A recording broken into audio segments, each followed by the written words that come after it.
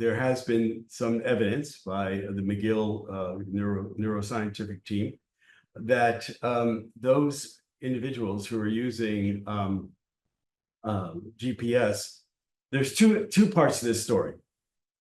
Okay, there's two parts of the story. The first part is what you're referring to, which is that there are those people who use GPS totally without, for all wayfinding activities, they have found that their posterior hippocampus is smaller than those who do not use it.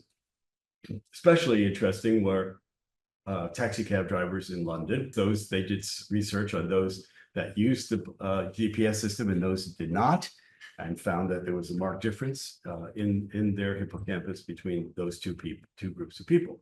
What I was talking about, I think what Daniel's otherwise talking about, is that our children, we all know kids that are using GPS now, and they really never learned how to wayfind.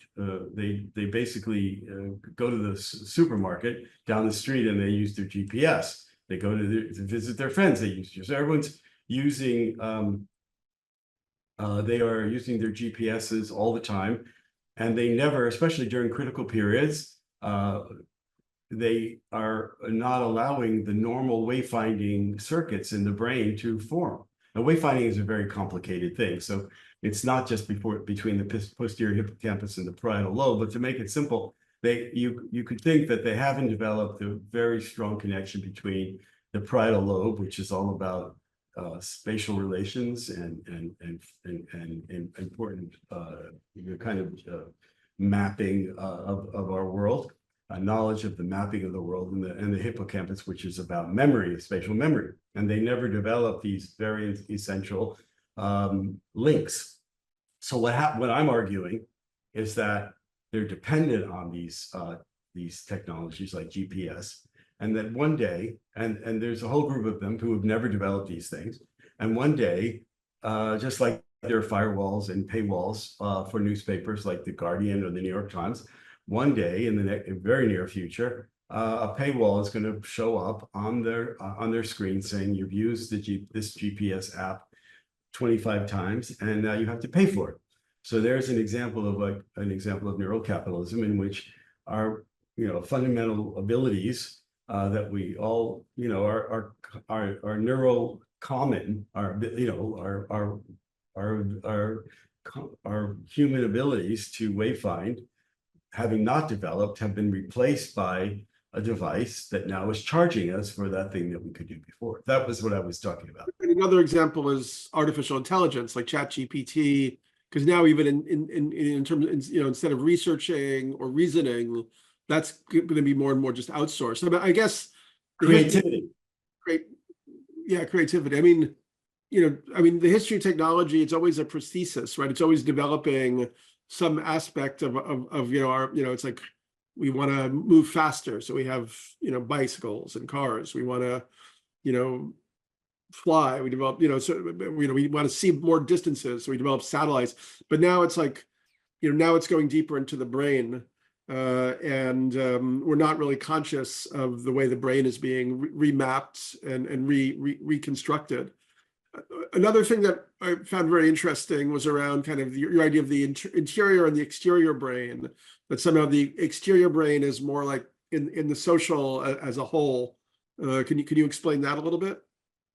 Yeah, I mean, these are ideas that have been around for a long time, and I've just kind of mapped them into another language. But basically, there is the work of Bernard Stiegler, and he would be the person I would most refer this to, and also Simondon, who was very important before for his ideas.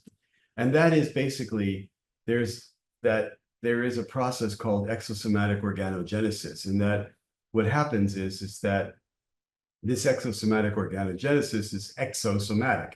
It's external. It's that the history of technologies, these technologies are entangled with the history of technologies, the history of the changing and evolution of the brain, so that they are part of the brain. They are play a fundamental role. They are an externalization of the brain. They externalize, on one hand, they externalize certain functions of the brain. So for instance, mathematical ability with a computer, go on and on and on. They're externalizing a module or a function that used to occur in the brain. Now they've been externalized and they happen outside it. And if we saw this device and we saw what it was doing, we would think it was part of the brain. So it's a matter of semantics, but it's also a matter of conceptualization of the fact that there's a meiotics, or this kind of coevolution of brain and technology, or brain and sociogeny, or brain and whatever, politics.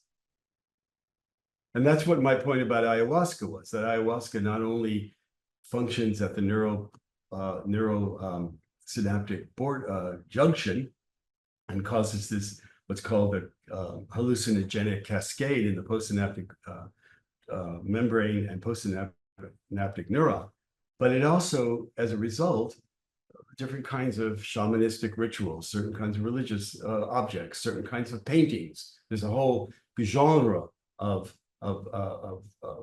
ayahuasca paintings that one can go on the internet and see. And that this is an external, these are the external manifestation of an internalized brain effect.